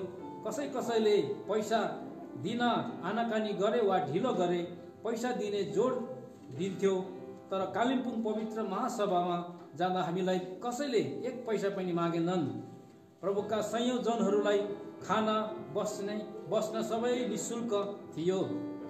दोस्रो आचार्य चाहिँ कालिम्पोङको एल सदाईमा बनाएका हृदयस्पर्शी आत्मिक भजनहरू थिए। तेस्रो आचार्य चाहिँ प्रेम र शान्तिमय वातावरण थियो। सेवा सकिएपछि प्रभुका जनहरूमा छुटिँदा सबैजना रुँदै बिदा हुन्थे। चौथो तथा आत्मिक अन्तिम आचार्य चाहिँ प्रेरिताईको शिक्षा थियो। दक्षिण भारतबाट आउनुभएका प्रभुका दास भाइ भक्त सिंह लगायतका जनहरूले बडो सामर्थ साथ र पवित्र आत्मामा भरिएर हृदयलाई छेड्ने शिक्षा दिनुभएको थियो। यस्तो देखेर तरहराका प्रभुका दास स्वर्गीय मेजर तुलबहादुरले एलसदाईको शिक्षा चाहिँ सत्य रहेछ भन्ने निष्कर्षमा पुग्नुभयो र त्यस बेलाका एलसदाईका एल्डर स्वर्गीय एलडी फुदङसँग उहाँ बारबार सम्पर्कमा रहनुभयो। पछि दाजु मेजर तुलबहादुरको कान्छा छोरा डेभिडले कालिम्पोङमा डाक्टर ग्राम्स होम्समा पढ्ने मौका पाउँदा कालिम्पोङ एलसदाईका दाजुहरू बालकोटा दाजु एमटी लेप्चा स्थानीय अभिभावक बन्नुभयो। यसकारण पनि प्रभुका दास स्वर्गीय मेजर तुलबहादुर राईको सङ्गति कालिम्पोङ एलसादाई सङ्घका सङ्गति अझ घनिष्ठ भइरह्यो। त्यसपछि दाजु दानियल राई तरहा बारम्बार आउनुभयो। त्यस बेला नेपालमा राजाको शासन थियो। प्रभुको सेवा गर्न सुसमाचार प्रचार गर्न र के खुल्ला रूपले बाइबल बोकेर हिँडडुल गर्न पनि कठिन थियो। त्यस्तो बेलामा पनि दाजुले सुसमाचारमा दुःख उठाउनुभयो। त्यस बेला हाल धरान सियोनका दाजु प्रीति राई, विजय राई, धरान पूर्व सती सालेका दाजु भक्तबहादुर लिम्बू सेवाका लागि तरहामा आउनुहुन्थ्यो। त्यसै गरी झापा दुबईका दाजु एनबी राई परिवार, तेलबहादुर हाल घोसेनका दाजु गङ्गा छेत्री, बिरु खवास, भाइ सुन्दर चौधरी अनि पनि तरहामा सेवामा आउनु लाग्नुभयो। सन् 1969मा तरहामा रोटी तोडाईको सेवा सुरु भयो। यसका लागि कालिम्पोङबाट प्रभुका दास स्वर्गीय पञ्चनाथ आएर एभेनेजर नामकरण गरिदिनु भयो। दाजु दानियल राईको परिश्रम तथा अन्य जनहरूका निरन्तर भेटघाट सङ्गतिले प्रभुको काम बढ्दै गयो। यसरी सुरुमा प्रभुको काम दाजु दानियल राईलाई प्रभुले प्रयोगमा ल्याउनु भएर काम सुरु भएको हो।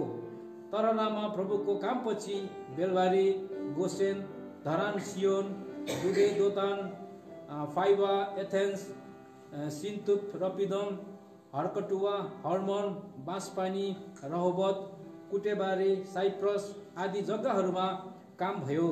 हाल धरान सियोनबाट मात्रै धेरै जग्गामा काम भएको छ।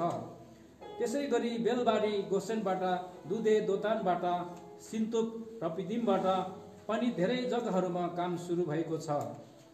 दाजु दानियलले ती दिनहरूमा हामीलाई बाइबलको खाँटी शिक्षा दिनुभएर प्रभुको बाटोमा ल्याउँदा उहाँलाई कति भेडा चोरको आरोप समेत लगाए, कतिले उहाँलाई कुट्न खोजेको भन्ने कुरा पनि सुनियो। एकजना दाजु फिलिप टिकाराम राई बाहेक जो जतिले दाजु दानियल राईले दिनुभएको शिक्षालाई स्वीकार गरे, उहाँलाई हाल सबै यही शिक्षा र दर्शनमा लागिरहनु भएको छ। दाजु टिकाराम भने हाल धरान मङ्गलबार स्थित सानो बगाल चर्चको पास्टर हुनुभएको छ। दाजु दानियल राईको पछिल्लो भिजिट तरहामा फरवरी 2016मा पवित्र महासभामा भएको थियो। उहाँले हामीमाझ दुःख उठाउनु भएर हामीलाई आत्मिक शिक्षामा डुबाउनु भएको तथ्यलाई सम्झँदै प्रभुका दासप्रति हामी तरहा नेपालको एभेनेजर मण्डली परिवार हार्दिक श्रद्धाञ्जली चढाउँदछौँ। धन्यवाद।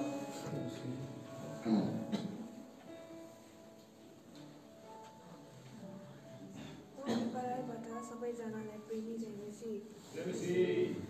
मैले पढ्न गइरहेको कविताको शीर्षक छ न्यानो सम्झना र यो कविताको कवि हुनुहुन्छ पूरण शर्मा बेरेकर। न्यानो सम्झना। ख्रिस्टको असल सिपाहीको आलो सम्झनामा लेख्न यहाँ विवश बने मनको चाहनामा।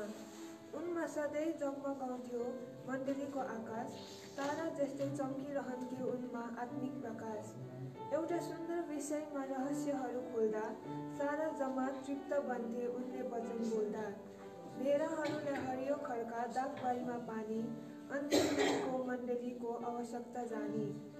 झुटो शिक्षा घरभित्र हुल्न नदिनलाई, खाँटी अनि घाँटी वचन भुल्न नदिनलाई, वर्तमान भविष्यको पिँढीको आत्मिक खाँचो लेख्थे, प्रार्थना सहित सुन्दर उत्तम आत्मिक पुस्तक लेख्थे। रमाइरहन्थे परमेश्वरलाई धन्यवाद हे भन्दै, स्वर्गराजमा महान ख्रिस्टलाई भेट्ने दिनहरू गन्दै। शब्दभन्दा महान बन्छ पहिलाउने उनको बाटो, कसले अब साँचो सेवा गर्ने उनको साटो। पवलहरू सेवा सके स्वदेश फर्किँदैछन्, पाठा अनि भेडाहरूले पत्रुस पर्खिँदैछन्। चेलापनको जुवा बोकी अघि बढ्नलाई, आत्मिक हतियार भिरी युद्ध लड्नलाई, ख्रिस्टको दास दानियल राईको आलो सम्झनामा अर्पित छन् केही शब्द मनको चाहनामा। धन्यवाद। जय मसीह।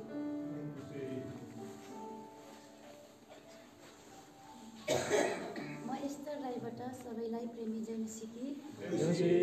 मेरो पाठको शीर्षक छ पाइलाहरूलाई पछ्याउँदै। यस पाठको लेखक हुनुहुन्छ डोलसिंह थापा लेसुङ, सियोन प्रार्थना भवन कुवेत। जब हामी सियोन प्रार्थना भवन कुवेतवासीले प्रभुका होनहार उदाहरणीय भक्त बडा दानियल राईले अनन्तको विश्राममा आफ्नो दौरा कर्तव्यलाई पुरा गरी हामीलाई फेरि भेट्ने जिउँदो आशा दिएर जानुभएको कुरा सुन्यौँ। हाम्रो हृदय भारी भएको महसुस भयो। यो भारीपन अन्यसै उहाँप्रतिको प्रेम भएकोले सहानुभूति पोखाउन भनिरहेका छैनौँ। यो त उहाँको परिश्रम, मेहनत र प्रेमको प्रतिफल हो, जुन उहाँले हामी र हाम्रो मण्डलीप्रति गर्नुभएको थियो।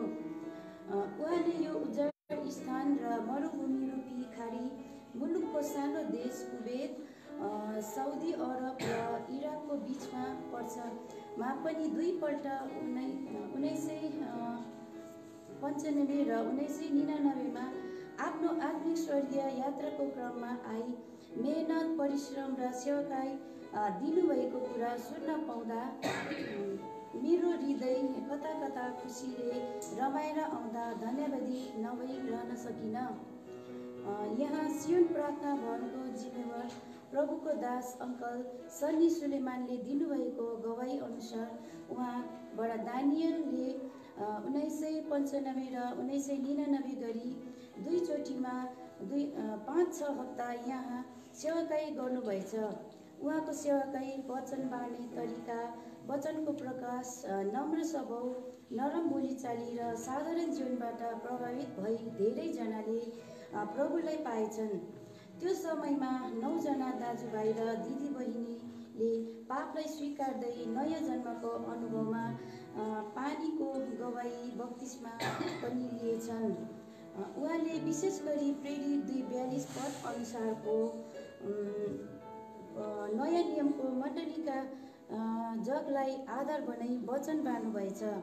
यो विदेशी भूमिमा अन्य धर्मका विश्वासीहरूले भरिएको ठाउँमा साँचो मण्डलीको दर्शन, शिक्षा र अनुशासनको बारेमा जोडतोडको साथमा चेतावनी दिँदै सम्झाउनु भएको कारण धेरैले साँचो मण्डलीको दर्शन र शिक्षालाई जानिकन, बल पाइकन मण्डली निखारिन र सही दर्शन र शिक्षामा आजको दिनसम्म सबै परिस्थिति, अप्ठ्यारो, परीक्षा र बाधा विघ्नको बिचमा पनि एउटा डाँडामाथि बसालिएको सहर जस्तो स्थिर रहेको छ, जसको फल आजको दिनसम्म हामी जस्तो आफ्नो लागि पैसा कमाउने र परिवारको भविष्यको लागि दुःख गरी सुखद जीवन यापन गर्ने उद्देश्य लिएर आएका स्वार्थीहरूले पनि उपभोग गर्न पाइरहेका छौँ।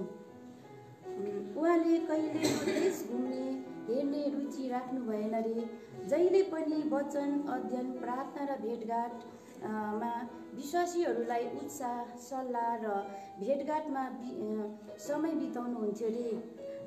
उहाँले मण्डलीका सेवाकाई बाहेक पनि धेरैको कोठामा गई साहस, उत्साह र चेतावनी दिनुहुन्थ्यो रे, जसको कारण धेरै दिदी बहिनीहरूले आफ्नो कोठामा लगाइराखेको पोस्टर र मूर्तिहरूलाई फालिदिएछन् अनि धेरै जागृति र उत्साहको कारण मण्डलीमा आशिषको कारण बन्न सके। कस्तो असल उदाहरण! हामी भएको भए सेवा नै छोडेर फोटो खिचेर फेसबुकमा हाल्न आतुर हुन्थ्यौँ। उहाँको मेहनत, सेवाकाई र प्रेमप्रति हामी सियोनवासी प्रभुका जनहरू उहाँप्रति धेरै धेरै धन्यवादी रहेका छौँ र रहनेछौँ। र उहाँले सम्झाउनु भएको र सेवाकाई दिनुभएको कुरालाई हाम्रो जीवनमा लागू गर्ने सङ्कल्प लिएका छौँ।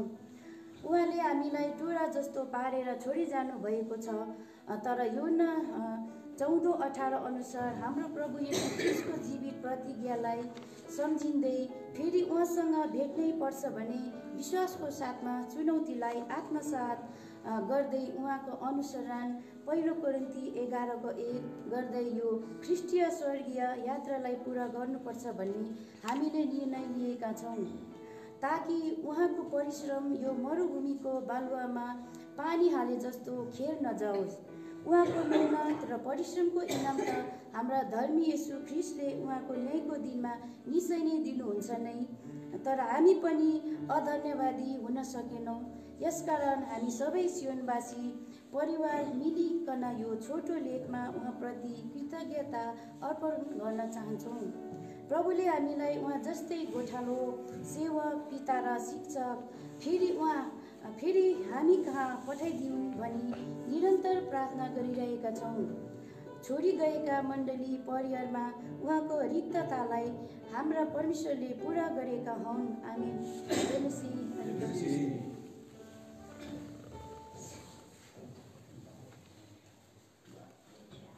म मुस्कान तामाङबाट तपाईँहरू सबैलाई प्रेम जयमसी। र मैले पठन गर्न लागिरहेको पाठको शीर्षक छ दुःखमा पनि आनन्दित आदरका पात्र। र यसको लेखिका हुनुहुन्छ योजना सुब्बा युवा हिरे जोरथाङ। तर जसरी सुसमाचार सुम्पाइनका निम्ति परमेश्वरद्वारा हामी योग्य ठहरिएका छौँ, उसरी नै हामी बोल्दछौँ, मानिसहरूलाई होइन तर परमेश्वरलाई खुसी पारे चाहिँ, जसले हाम्रा हृदयहरू जाँच्नुहुन्छ। पहिलो थिस्सलुनीकी 2:4। यी वचन हाम्रा हृदय प्रभुका दास दाजु दानियल राईज्यूको जीवनमा पुरा भएको देख्न सके। उहाँले नै प्रभुको खाँटी वचनलाई कति सहकर्मीको साथ जस्ताको त्यस्तै अनुवाद गर्नमा घोर परिश्रम गर्नुभएको विषय सबै मण्डली विदित छ। साथै प्रभुका दासले प्रभुका वचनलाई साह्रै नै आदर दिनुहुन्थ्यो। प्रभुको वचनलाई प्रार्थना सहित मनन गरेर वचन अनुरूप जिउन कार्यमा परिणत गर्न कहिले बिराउनुहुन्थ्यो। बाहिरी रूपले पनि वचनलाई बाइबललाई यति धेरै श्रद्धा एवं आदर दिनुहुने व्यक्ति मैले जीवनमा देखेकी छैन। उहाँले एक समयमा प्रभुको वचन दिँदै गर्नुहुँदा भन्नुभएको थियो कि उहाँले कुनै स्तुतिको पुस्तकलाई बाइबलमाथि राख्न चाहनुहुन्न थियो, बरु स्तुतिको पुस्तकमाथि बाइबल राख्न उहाँको इच्छा हुन्थ्यो। यस विषयले मेरो हृदयलाई पनि स्पर्श गर्यो। जब एल सदाईमा प्रभुको सेविका ओङजामिर लेप्चालाई प्रभुले उठाउनुभयो, हामी केही दिदीबहिनी दाजुभाइहरू स्तुति गाउँदै रहन्थ्यो। यस अवधि दाजु दानियल रातभरि नै आनियोको छेउमा ध्यानसित बाइबल पढ्दै बस्नुहुन्थ्यो। यो दृश्य देख्दा म अचम्भित बने। मैले पनि प्रेरणा पाएँ। उहाँको मण्डलीप्रति ठुलो बोझ र चाहना थियो। प्रभुको महानतामा खाँटी वचन जान्नुपर्छ, बुझ्नुपर्छ, प्रभुको गुणमा परिणित देख्नुहुन्न थियो, हुँदै जानुपर्छ। यसरी उहाँले पुरानो नेपाली बाइबल र नयाँ खाँटी सङ्गीत बाइबलको तुलनात्मक वचनहरू देखाउनुहुन्थ्यो र स्पष्ट पार्नुहुन्थ्यो। पुरानो नेपाली बाइबल र केजेभी बाइबल अरू अङ्ग्रेजी बाइबलमा कति धेरै त्रुटिहरू छन्, जसले वास्तविक प्रभुको वचन प्रकट गर्दैन भन्ने विषयलाई प्रमाण गरेर देखाउनुहुन्थ्यो। यसर्थ हामी नेपाली बाइबल पढ्नेहरूमा पनि मण्डलीमा जागृति आयो। उहाँको हृदयको साह्रो ठुलो बोझ मण्डलीमा भुल शिक्षा पटक्कै हुनु हुँदैन भन्ने थियो। विशेष प्रभु बोध सम्बन्धमा उहाँले धेरै मण्डलीहरूमा विश्वासीहरूलाई, विशेष मण्डलीका अगुवाहरूलाई अधिकार र सामर्थ्यको साथमा चुनौतीपूर्ण सन्देश दिइरहनुभयो। यसरी नै 2015मा पनि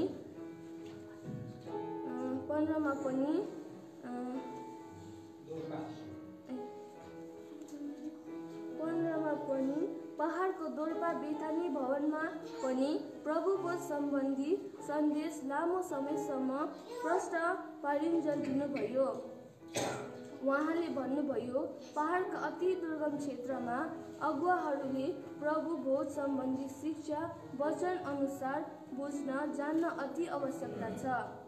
कति स्थानीय मण्डलीहरूमा लुका 22को 17 - 18 सम्मका वचन निष्ठाचार सम्बन्धी हो, तर यस वचनलाई प्रभु भोज भन्दै वचन दिइरहेका हुन्छन्। वास्तवमा निष्ठाचार र प्रभु भोजमा कति धेरै भिन्नता छ।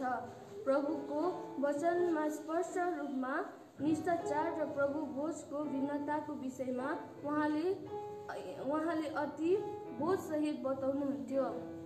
पहिलो कोरिन्थी 11को 23-30 प्रभुको भोजको विषयमा यो प्रभुको शरीरको सहभागी हुनु हो। प्रभु भोज लिए पश्चात प्रभुको सुसमाचार प्रचार गर्नुपर्छ भन्ने भूल शिक्षा हो भन्ने विषयमा जोड दिनुहुन्थ्यो।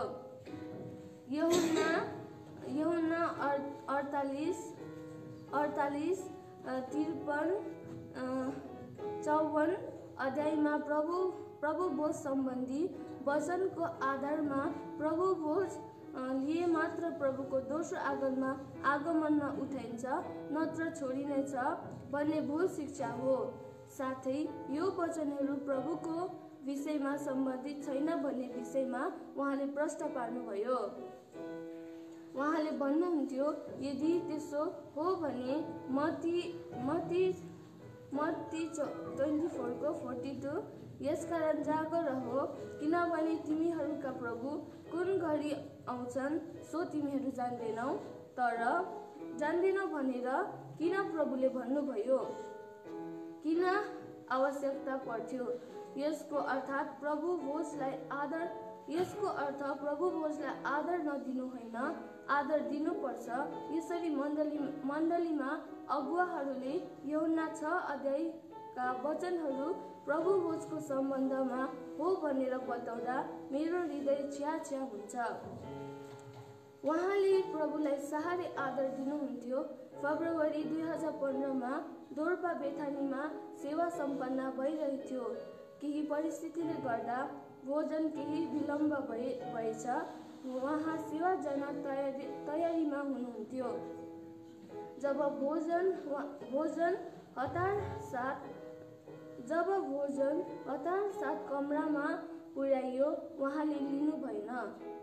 उहाँले भन्नुभयो, सेवाको समय भयो, विश्वासीहरू हलमा प्रवेश गरिसकेका छन्। यस विषयले हाम्रो हृदयमा प्रभाव पार्यो।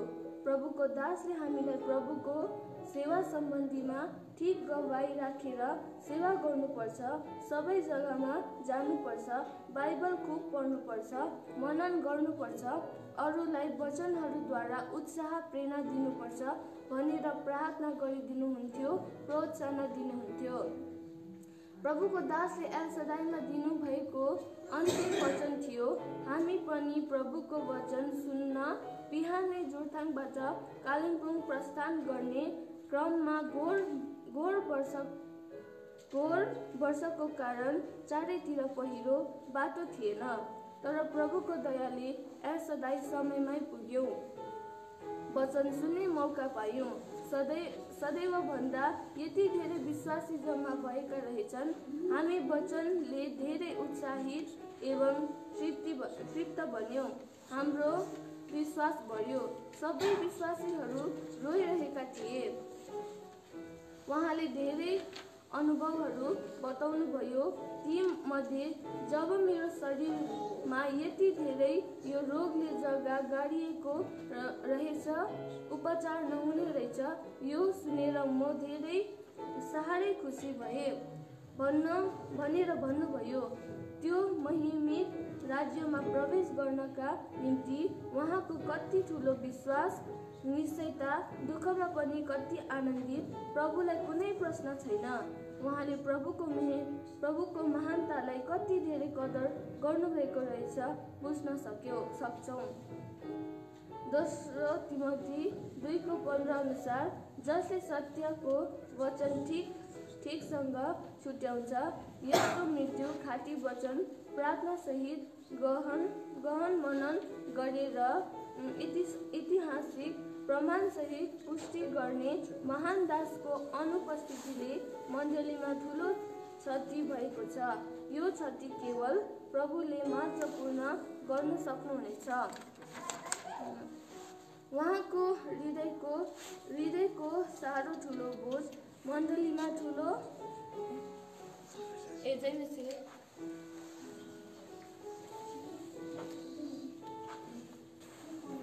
त्यसगढी सामाजिक सञ्जाल मार्फत जिउँदो पानी पठान पेजको प्रत्यक्ष प्रसारणमा जोडिरहनुभएका विश्वव्यापी स्तरबाट सम्पूर्ण मण्डली तथा सन्तागणहरूलाई अहिलेका यस पाठकको तर्फबाट जय मसी गर्दछु।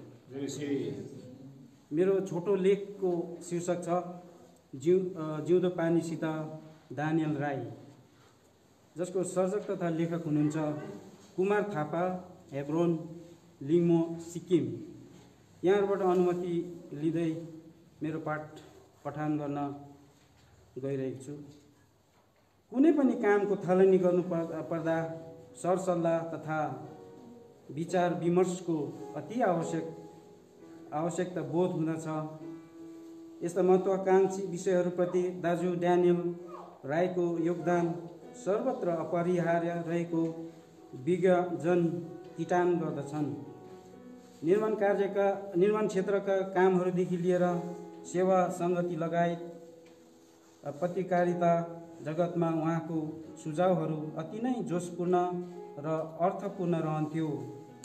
उहाँका पहलमा पवित्र शास्त्रको सुन्दर संशोधन, अनेकौं पाठन सामग्रीहरूको रचना, साथै नेपाली, अङ्ग्रेजी एवं बाल सुलभ पत्रिकाहरूको प्रादुर्भावप्रति ख्रिस्टीय जगतमा भुल्नै नसकिने योगदान पुर्याउनु भएको छ। अयुब 32:22। सन् 2000 को दशकमा जिउँदो पानी पत्रिका नेपाली भाषी ख्रिस्टीय जगतमा उदय हुँदा उहाँ साह्रै खुसी हुनुभएको थियो। जहाँ जाँदा पनि पत्रिका साथमा लिएर जानुहुन्थ्यो र पत्रिका सम्बन्धी बिन्ती बिछ्याउन कति पनि ब्यालो गर्नुहुन्न थियो।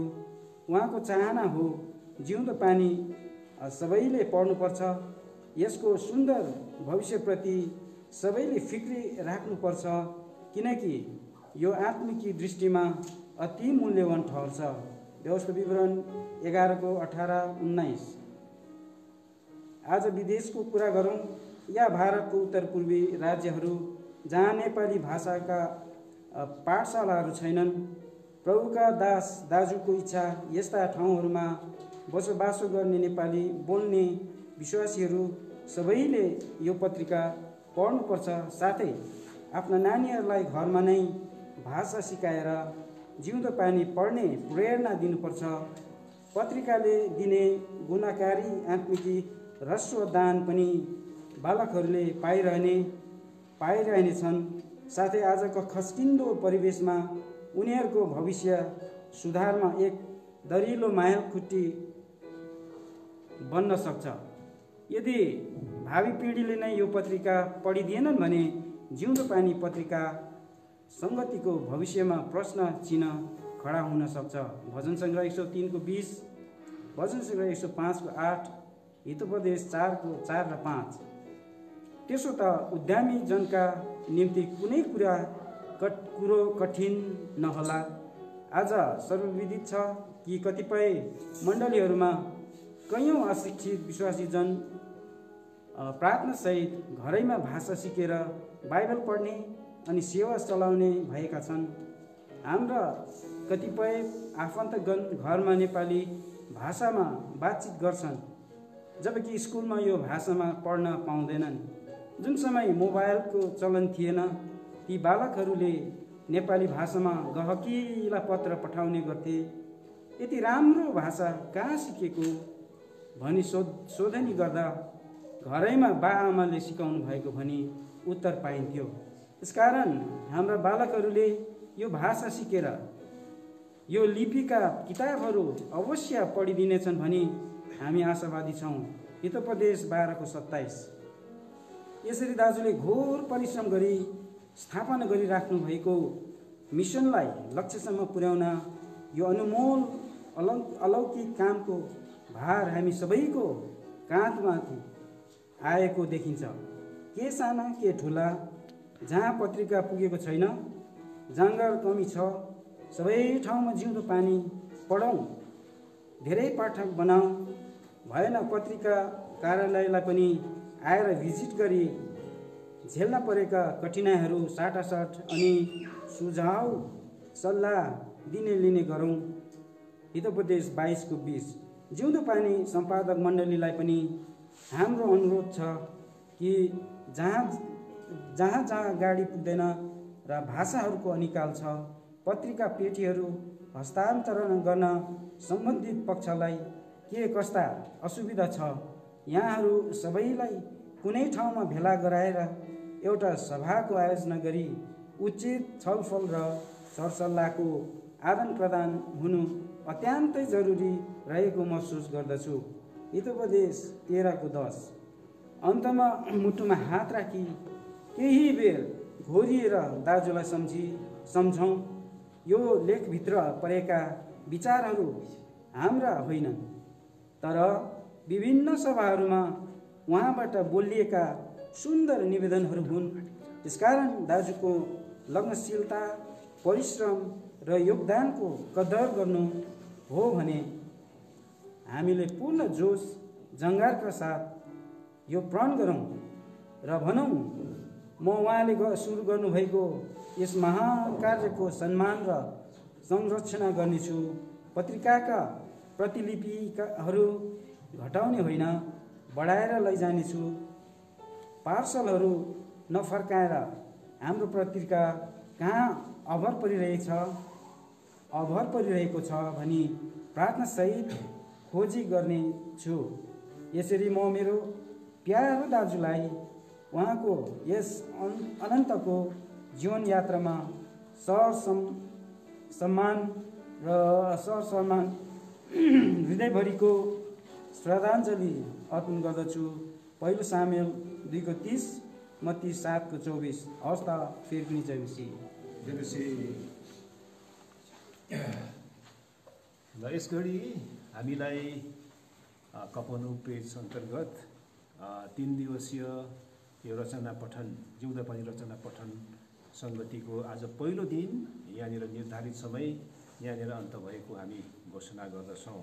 र जो जति हामीसँग सङ्गतिमा बस्नुभयो यहाँहरूको सङ्गतिप्रति हामी हार्दिक धन्यवादी बन्दछौँ। अनि हामीले यो जिउँदो पानीको अङ्क चाहिँ लामो भएको कारणले गर्दाखेरि हामीले आज चाहिँ 1.5 घन्टा पढ्यौँ र भोलि पनि 1.5 घन्टा हामी 6:30 देखि 8 बजीसम्म हामी यसरी फेरि जुट्नेछौँ। पर्सि पनि यसरी नै हामी यसरी जुट्नेछौँ र हामी तपाईँहरूको सङ्गतिको खुबै आशावादी रहनेछौँ। र अब आजको हाम्रो यो रचना पठन पहिलो दिन समापन गर्नभन्दा अगाडि हामी छोटो धन्यवाद दिएर प्रभुलाई धन्यवाद दिइकन हामी यो सेवालाई आज समापन गर्छौँ। त हामी छोटो धन्यवाद प्रभुलाई दिन्छौँ। ल यस घडी प्रेमी प्रभु, हामी फेरि पनि तपाईँलाई बडो नम्रता दीनताको साथमा तपाईँलाई धन्यवाद टक्राउँदछौँ। तपाईँले हामीप्रति गर्नुभएको दया अनुग्रह प्रेमप्रति हामी धन्यवादी छौँ।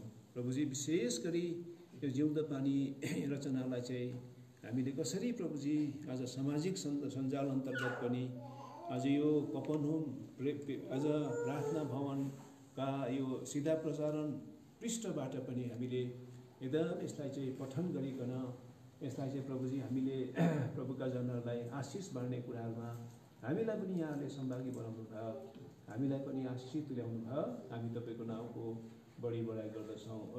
आज यस प्रकारले 66औं अङ्क विशेष गरी दानियल राईको जीवनी सम्बन्धी हामीले यो पढ्न अर्थात् यो रचना रम्य रचना पढ्नका लागि पहिलो दिन यस प्रकारले तपाईँले हामीलाई सहायता गर्नुभयो, तपाईँले हामीलाई आशिषित तुल्याउनु भयो।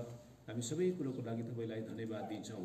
जो जति हाम्रो आजको यो रचना पठन गर्ने क्रममा यहाँहरू पनि हामीसँग रहनुभयो।